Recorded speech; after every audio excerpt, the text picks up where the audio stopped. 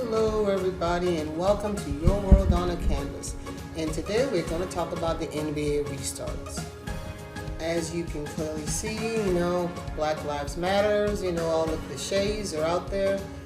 And, it's a saturation that's going to either turn people off or make, I won't say really necessarily turn people off, but just being different. And I could see when indifference is starting to go, because then it becomes like, okay, overkill, messaging without action. This is where we are right now. Messaging without action. And I applaud Isaac, one of the Orlando Magic players. I forgot his last name, because I really don't follow Orlando Magic, as you can see. So I commend him. I also commend Greg Popovich, because they understand. Pop, before this became popular, has always stood up for injustices. So in his views, just like mine, why am I going to make a demonstrative debacle of it? That's how I feel about this whole marketing scheme that the NBA has come up with. So that in itself is going to be it's tough to see. Even though, I as a woman of color understand the injustices all too well. It's tough to see how the marketing and the hype can turn this into a mockery. But, this is about the NBA players, so let's let the game itself. So let's talk about the game first. So we're gonna talk about the Clippers and Lakers, and then the Bucks and the Celtics. And I'm going to tell you this: I believe the Lakers are in trouble. I believe the Bucks are in trouble. Let me tell you why.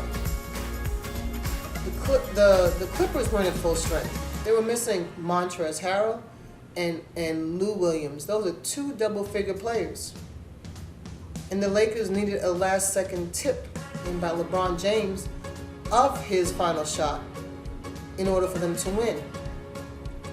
Again, where is Anthony Davis? Anthony Davis will give you the points. We see it. It comes very easy for him. In fact, he reminds me of Derek Coleman.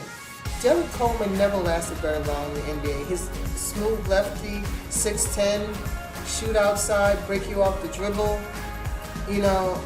take you to the hoop, post you up. He had an all-around game, except he didn't play defense. Now, Anthony Davis, on the other hand, yes, he plays defense. His game is more complete because of the defensive factor. But that defensive factor needs to be more prevalent than his offensive skills. Because he's scoring, but it's like he's not there. So, you want to take a look at that. Now we're talking about, let's talk about the elephant in the room, and that is Paul George. Everybody wanted Paul George. Paul George couldn't do it as an Indiana Pacer. He couldn't do it when he was a Thunder. And again, you will see he will not be able to help Kawhi. He is a nice regular season player. He really is. But you can see in this venue that Paul George is not a factor. His game does not translate well when it's under a microscope as intense as this situation brought on by the coronavirus. I'm dare to say I still will pick the Clippers over them, simply because I don't believe in Mr. Failure to Launch, and that is Anthony Davis. I do not believe in him. I do not believe that he's the superstar everybody thinks he is, and once LeBron gets off the court, it's over for them. It's a done deal. They cannot survive. This is what I've been saying all along. LeBron, all his teams are built around him, yes. However, when he sits, when he leaves, they fall apart. Why is that? Because everything is geared towards him, the king. Does that sound familiar? Number 45? Give me what I want now, now, now. Give it to me, give it to me, give it to me. And that's all it's about. And when he's gone, what do the Lakers have? They gave up everything. Everything for Anthony Davis. And Anthony Davis will once again disappoint. He will disappoint. I guarantee you that. This game proves it. You know, at first I was wondering how this was going to, be in this bubble, but I like it. Because what it does is forces the players to really play. There are no distractions. It is truly about the game. So if you are about the game, then you should show up. Show up in more than one ways, in the intangibles. Every time you turn around, Anthony Davis is hurt. The man cannot do anything. So let's transition over to the Celtics. The Bucks. I do not believe in the Bucks. Yes, they have Giannis. Giannis is going to probably get DPY, Defensive Player of the Year, and he's going to get MVP. Great job, Giannis. Great job. But you all could barely beat the Celtics with a limited Kemba Walker. With Jason Tatum not playing his game. Think about that. The Bucks won, and the Celtics still made it very competitive with two of their stars not playing. If Kemba played the full game, I guarantee you they would have won.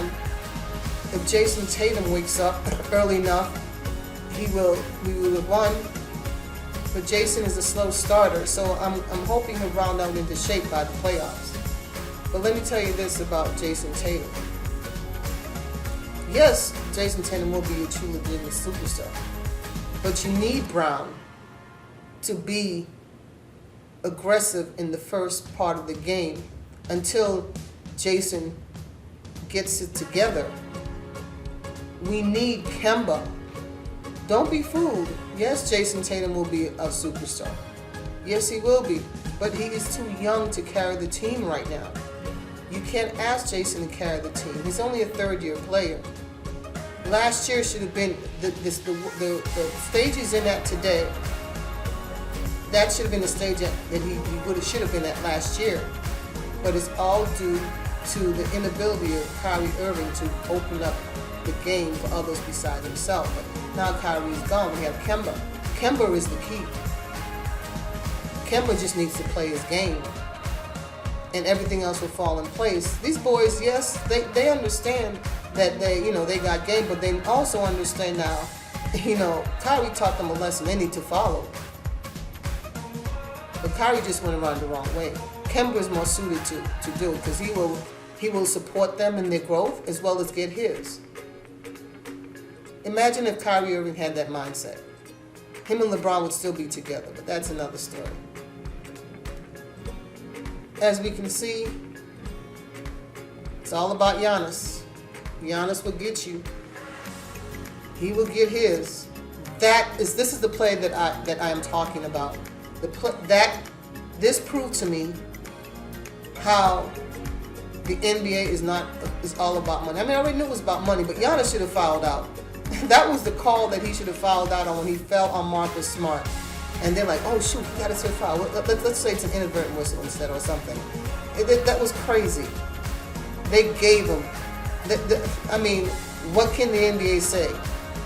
I haven't heard anyone talk about that bogus call, that bogus non-call. Even right there, what he did to Tice. Giannis was getting away with a lot. Now I understand these players have skills. Oh, let them. They should not have the added advantage of being allowed to do things other than what is correct in the game. It should not be that way. Because if they're truly superstars, their skills will overcome it. But you're aiding and abetting. Why? Again, this is what America does. Coddles is young, and when things fall apart, they don't know how to operate very well. I'm telling you. Giannis is going to fall apart under pressure during the playoffs. Watch it. Mark my words. And who's going to have Middleton? Even though Middleton had a nice game, I mean, really? Or did you? Where else is he going to show up? When they took Giannis out of the game, this is when the Celtics came back. And again, remember, Tatum had a very subpar game. Remember that when you're ready to anoint the Milwaukee Bucks as the NBA champs. Now let's talk about Portland and the Grizz. This is going to be the playing games for those two teams. I guarantee you, those two teams are going to be playing. Because I mean the young Grizzlies, they still have that grind mentality. You know who brought that grind mentality to them? A person that Danny Ainge got rid of. Remember him? Tony Allen. Tony Allen gave them that grit and grind, and it's been in the DNA. No matter what coach comes there, it's still there. Marcus Smart has brought that back to the Celtics. That's why Danny Ainge was like, boom, I'm going to sign him. He underestimated the power of someone with that type of tenacity, and he'll never do it again. How they influence the team and how the team depends on them. John Moran is Tony Allen on steroids with the game. He will play defense. He'll pass you the ball. Is he about the same height, 6'4", 6'5", I believe? John Morant is a stud. A rookie leading them to the promised land of the playoffs this early. And I hope they are able to go ahead and secure that 8th spot. Otherwise, it's going to be them and Portland and Dallas, 7-8. Speaking of which, this game went into overtime, just like the Jazz and the Pelicans, right? The Jazz, I don't know. I don't think I'll mention them in a few minutes. Let's look at this game right here. So, Dallas has it. It was the experience of James Harden and Westbrook that gave them the game. You know, I didn't think it was going to be much game. I really didn't pay much attention to it. The TV was on. So, we're here watching the highlights and everything. And Dallas, because they're young, they don't have it, they'll come around. But it'll be an interesting matchup for the rest of the year. But Dallas has its 7th spot secure. It'll be them in Portland. Because the Grizzlies, I think they won't make it. And it's not because they're not trying. I think it's just because, marketing, Dame Dillard, all that other stuff, just like they did, they took it away from the Celtics in that game last night. The refs took it away. Celtics get no respect. And once they realize that, they'll bring that edge back. I guess they thought because they had Jason Tatum as a superstar that, hey, they'll get those calls. No, honey. Don't you know when you're on top, nobody likes you? No, NBA has never liked the Celtics. The Celtics have the most championships. And when they were down, they were happy. And they were happy to pile it on the Celtics. Even then. So, but let's get back to Dallas and Houston. Dallas has the hype. This dude, Bogdanovich, he has really worked on his game. Westbrook, what can I say about Westbrook? Westbrook is enough. But I don't think that the Rockets have enough. The hype's going to kill them. Unless if they can speed up the game, they have to make it raggedy. They have to make it a foot race in order for them to win. So that means they really have to pound the boards at their height. They really have to do that. That small ball has to give them the advantage on the boards. Once they get the boards, they'll just be off to the races. So let's see how that works out. So it was a pretty good game, high scoring, so that means no defense. So you're telling me you're picking Houston as a dark horse and they don't play defense. I do not think so. Celtics, Clippers. Enough said. Celtics win.